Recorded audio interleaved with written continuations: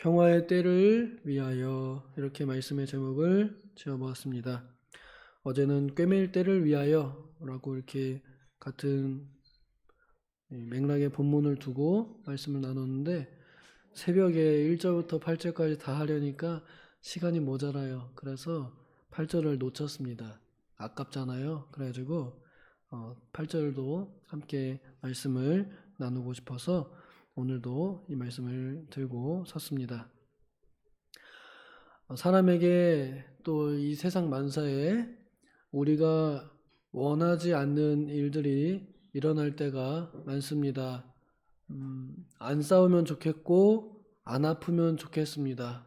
그런데 아픔도 원하지 않지만 오고 보통은 싸우고 싶지 않은데 어쩔 수 없이 싸우게 되는 때가 있습니다. 이런 일들을 우리가 어떻게 바라보고 어떻게 대하고 어떻게 대처하면 좋을까? 이에 대한 답이 오늘 이 지혜의 말씀, 전도자의 말씀에 있습니다.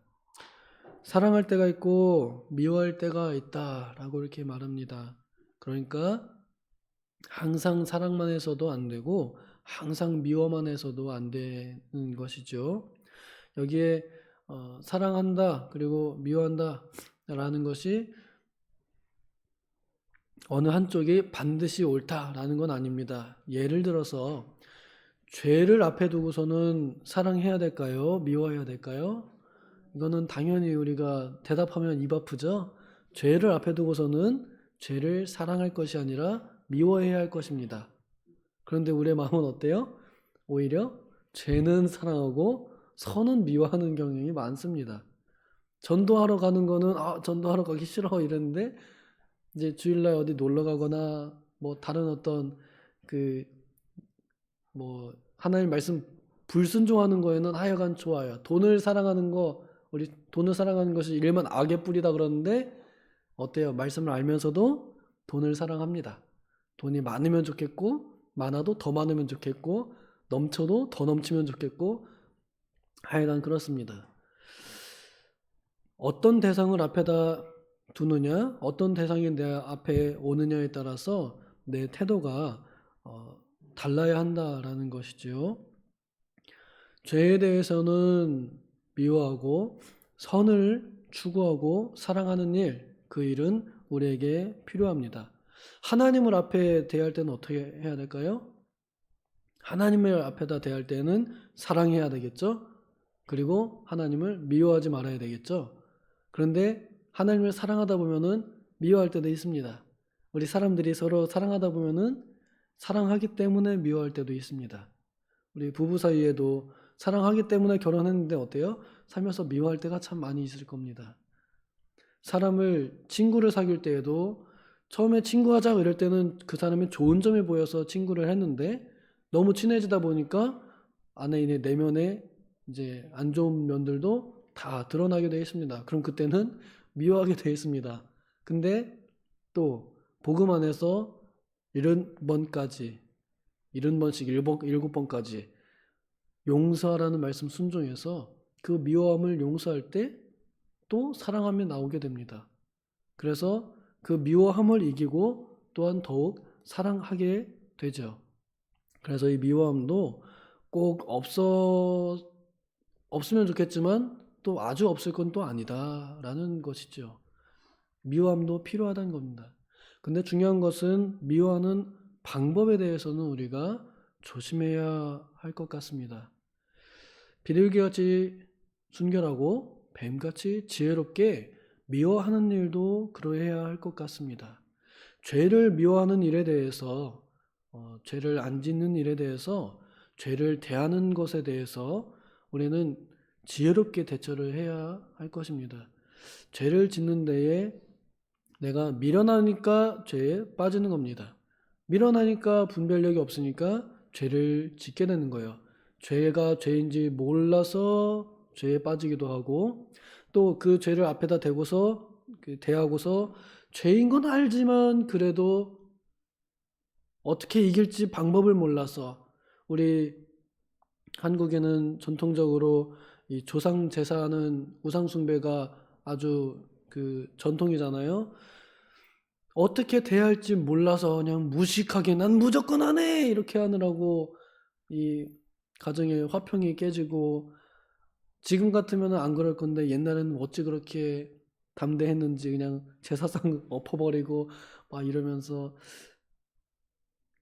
그래서 오히려 더 어렵게 그냥 쉽게 돌아갈 수도 있는 것을 어렵게 돌아가서 좀 더 아쉽다 하는 그런 생각이 들 때도 있습니다. 죄를 이기는데 죄에 흔들리지 않는 강직함은 좋지만 그 죄를 해결하는 데에는 지혜로움이 필요하다는 것입니다. 그 지혜로움은 우리가 어떤 딱 정해진 어떤 방법이 있다 이렇게 할 수가 없어요. 하나님께서 성령의 감동을 통해서 우리에게 그때그때 이 지혜를 주셔야만 이 죄를 이기는 것도, 죄의 문제를 해결하는 것도 성령의 지혜로 그것을 해결할 수 있습니다. 그래서 기도하고 말씀을 읽으면서 이 말씀도 봤다가 또 기록되었을 때 한 또 다른 말씀도 보면서 이 죄를 어떻게 대할 것인가, 이 문제를 어떻게 미워할 것인가, 이 죄를 어떻게 해결할 것인가, 그것을 고민하는 그 과정이 또한 우리에게 필요합니다. 그래서 하나님께서는 죄를 이기는 것, 죄를 미워하는 것도 우리가 그냥 아무런 생각 없이 무조건 안 지어 이게 아니라 어떻게 죄를 대해야 하는지 지혜를 주시고자 그 답을 알쏭달쏭하게 하셨습니다. 그래서 더 성경 보게 하시고, 그래서 더 기도하게 하십니다. 그러니까 내 앞에 내가 지금 죄를 미워할 때다라는 것을 인식할 때 그 사람이 지혜로운 사람이라면 성경을 보게 돼 있고 말씀을 듣게 돼 있고 기도하게 되어 있습니다. 이 때를 분별하는 사람은 자기가 지금 뭘 해야 될지를 알아요. 그런데 지금 내가 죄를 미워해야 될 때인지 죄를 사랑하는 때가 되었는지 그것을 구분하지 못하게 되면, 그러면 그냥 그저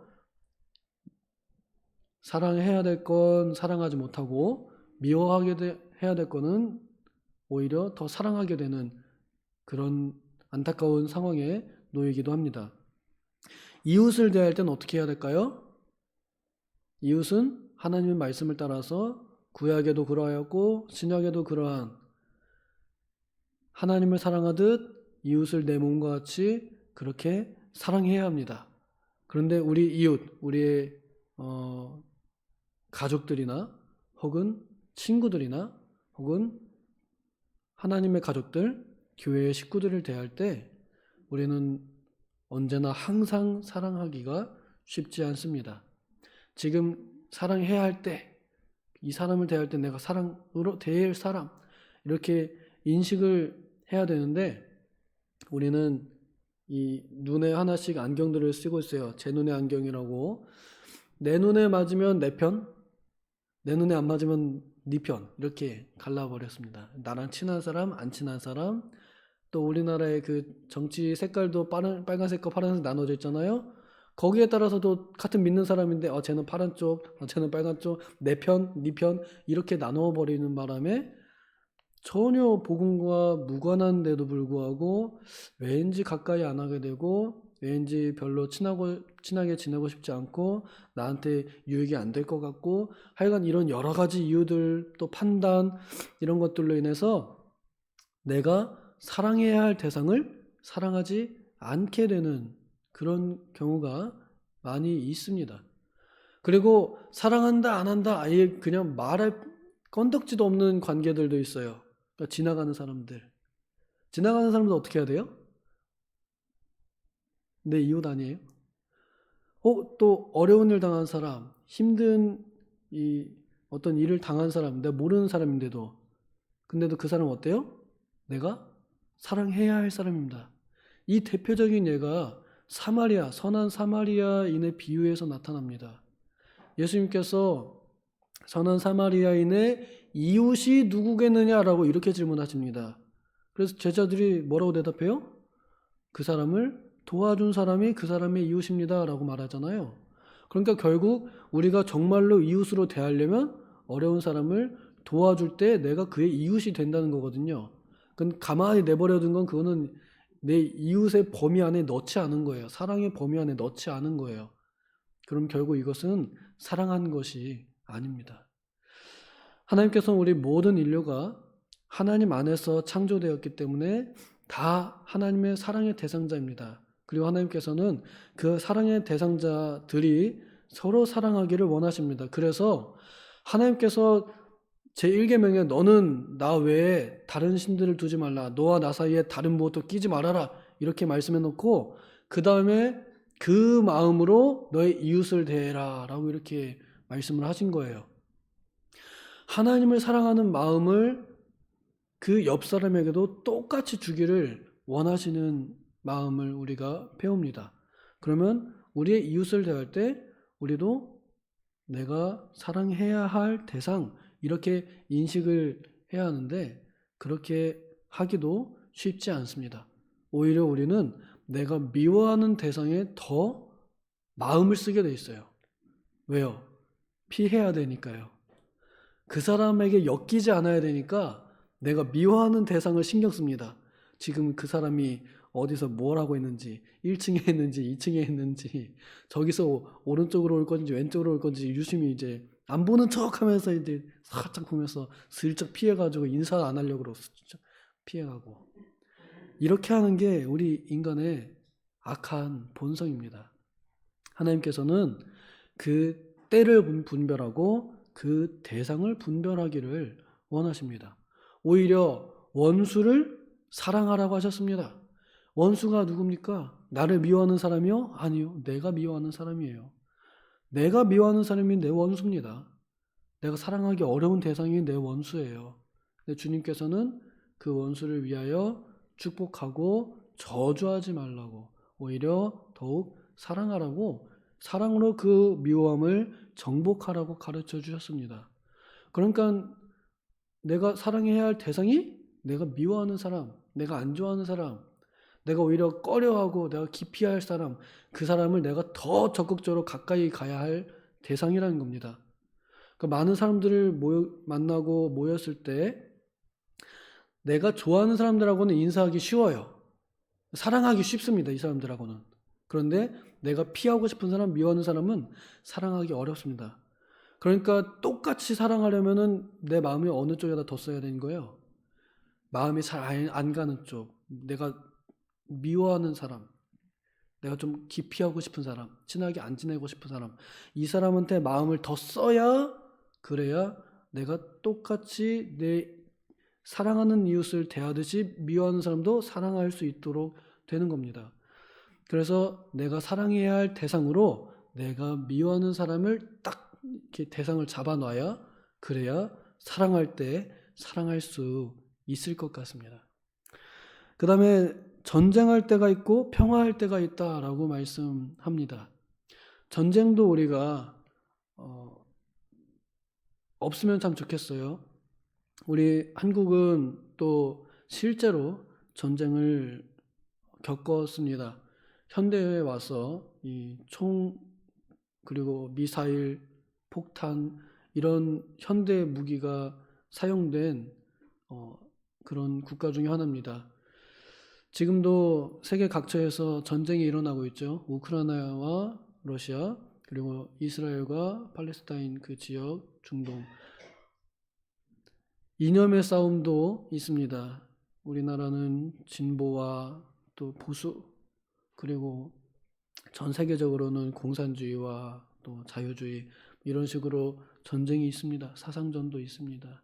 또 문화전도 있습니다.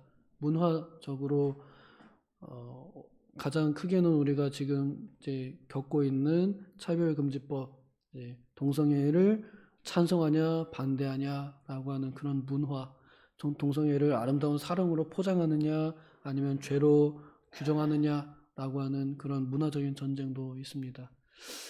이런 싸움이 이런 문제가 안 일어나면 참 좋겠어요. 옛날에는 우리 그 동성애에 대해서 뭐 말할 건덕지도 없었어요. 그냥 뭐 사람들이 통념적으로 뭐 그런 걸 그렇게 특별하게 생각하지도 않았고 오히려 그냥 당연시 이렇게 이상하게 생각했는데 이제는 좋은 것인가 나쁜 것인가를 따지는 시대가 되었고, 따질 뿐만 아니라 오히려 이젠 좋다, 그러니까 니네 나쁘다고 말하지 마라 라고 하는 아예 역전이 되어버린 그런 상황이 되었습니다. 이런 고민 안 하면 좋겠고, 이런 입 아프게 말싸움 안 하면 참 좋겠는데, 근데 이런 것이 필요하기도 한가 봅니다. 왜냐하면 그 다음에 올 평화를 위해서이죠. 우리나라가 6.25 전쟁 때 전쟁에 딱 발발했습니다. 북한이 남한으로 쳐들어 내려왔습니다. 그럼 우리 남한은 어떻게 해야 될까요? 하나님께서 싸우지 말라 그랬으니까 그냥 안 싸우면 될까요? 우리는 총 안 쏘면 될까요? 우리는 포탄 안 쏘면 될까요? 어느 종교 집단에서는 그래서 총을 안 들겠다고 그래가지고 병력을 기피하는데요. 싸울 땐 싸워야죠. 왜? 평화를 위해서 싸워야 됩니다. 누구의 평화입니까? 내 자신과 내 가족과 내 이웃과 내 국가와 민족을 위해서는 또한 싸워야 됩니다. 일제치하에서 독립운동을 안 하셨다 그러면요. 그러면은 우리에게 평화가 왔을까요? 그분들의 공로가 없이 오늘 우리가 독립을 하고, 또 6.25 때 그 수많은 외국인들이 전혀 알지도 못하는 이 조그마한 나라에 와서 자신의 젊은 인생을 바치면서 피를 흘리면서 그 당시 자유의 가치를 위해서 싸웠는데 안 싸웠다 그러면 우리 대한민국이 오늘 이렇게 자유민주주의 국가가 될 수 있었을까요? 민주화 항쟁 때 민주를 위해서, 민주주의를 위해서 정말 많은 분들이 또한 억울하게 고난받으시고 또 죽으셨습니다.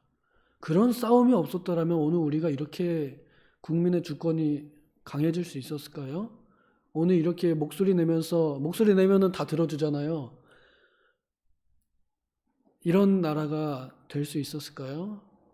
우리는 누군가의 처절한 치열한 전투 끝에 살아남은 후예들이고요. 그들의 덕을 보고 있습니다. 전쟁 해야 할 땐 해야 합니다. 빼앗기 위해서 싸우는 게 아니라 지키기 위해선 싸울 땐 싸워야 합니다. 우리가 자녀들하고도 전쟁합니다. 왜 자녀들하고 싸웁니까? 자녀들을 지키기 위해서 자녀들과 싸웁니다. 참 이상한 일이죠. 자녀들을 지키기 위해서 자녀들하고 싸웁니다. 교회 가라, 예수님 믿어라 하고 싸웁니다. 나쁜 짓 하지 마라, 자꾸 너 왜 그러냐 이러면서 자녀들하고 싸웁니다. 참 이상해요. 그런데 평화를 위해서, 화목을 위해서, 평안을 위해서 싸워야 한다는 것을 우리는 또한 알고 있습니다. 오늘날도 우리는 또한 싸워야 됩니다. 교회도 진리의 싸움을 싸우는 단체입니다. 진리의 터요, 진리의 기둥이 세워진 곳이요, 진리의 집입니다. 이 교회 안에서도 진리가 세워지기 위해서 죄와 마귀와 불의에 대해서 싸워야 됩니다. 예수 그리스도를 대적하여 높아진 모든 것들을 사로잡아 그리스도께 복종하도록 싸워야 됩니다. 싸울 땐 싸워야 됩니다. 왜냐하면 그 후에 가져올 평화를 위해서입니다. 오늘날 우리 한국교회가 전 세계 차별금지법으로 인해서 오히려 기독교인 아닌 사람들도 역차별당하는 세상이 오고 있습니다. 화평이 깨졌습니다. 화장실 갈 때 여자 화장실에 남자가 그냥 들어갑니다. 그리고 들어가서 나는 여자다 이러면은 말 못하는 거예요. 여러분 그거 감당하실 수 있겠어요? 지금은 여자 화장실에 남자가 들어오면은 어머나 이러면서 신고 버튼 막 눌러가지고 112 부르면 그 사람이 잡혀가잖아요. 근데 112 불러서 왔는데 그 사람이 난 전 여잔데요? 이러면은 할 말 없는 거예요. 감당할 수 있겠어요? 이런 불안한 사회가 오는 것을 막기 위해서 어떻게 해요?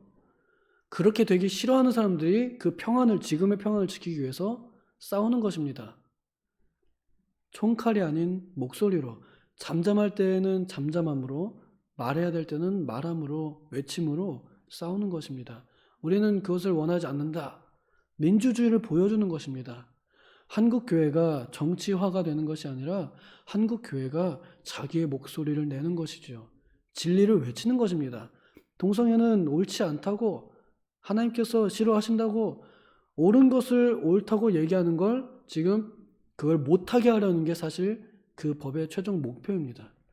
설교 강단을 무너뜨리는 것이죠. 그래서 교회는 이 법에 더욱 민감하게 반응하고 나설 수밖에 없는 것입니다. 그런데 교회와 정치는 분리되어 있다라고 하는 이 커다란 제목 하나만 보고서 아무런 관여도 하지 않고 가만히 있고 하나님께서 다 하시리라 기도만 하고 아멘 이러고 있으면 그럼 정작 나가서 누가 외치고 누가 싸우나요? 그럴 사람들도 필요합니다. 뒤에서 기도로 후원할 사람도 필요합니다. 하지만 앞에 나가서 정말 목소리 내면서 안 된다고 말할 사람들도 필요합니다. 하나님께서는 그 모두를 다 사용하여 합력하여 선을 이루도록 하십니다. 그러니 싸울 마음 있는 사람들은 싸워야 할 것이고 기도할 마음 있는 사람들은 기도하면 됩니다. 오늘 우리가 싸우는 것에 대해서 너무 안 좋게만 생각하면 안 될 것 같습니다. 지키기 위해선 싸워야 합니다. 평화의 때를 위해서는 또한 싸워야 합니다. 지금 우리나라가 북한과 휴전 중이죠. 그러니 싸워야 되겠어요? 안 싸워야 되겠어요? 안 싸워야 되겠죠? 근데 만약에 다시 전쟁이 재개된다 그러면 어떻게 해야 돼요? 다시 싸워야 됩니다. 왜요? 평화를 위해서요. 우리 자녀들의 평화를 위해서, 내 자신의 평화를 위해서, 국가의 평화를 위해서 싸워야 됩니다. 그러니 어느 한쪽이 너무 옳다고 치우치지 않고 하나님께서 지금 나에게 주시는 때가 싸워야 할 때이냐 아니면 화평할 때이냐, 사랑해야 할 대상이냐 미워해야 할 대상이냐, 이런 것을 잘 분별해서 사랑할 것을 사랑하고 미워할 것을 미워하고 싸울 때를 알고 화평할 때를 아는 지혜로운 성도로 이 마지막 때를 살아가는 우리가 되기를 소망합니다. 기도하겠습니다. 하나님 아버지, 진리를 사랑하고 악을 미워하는 우리가 되게 하여 주시옵소서. 이웃을 사랑하고 죄를 미워하는 우리가 되게 하여 주시옵소서.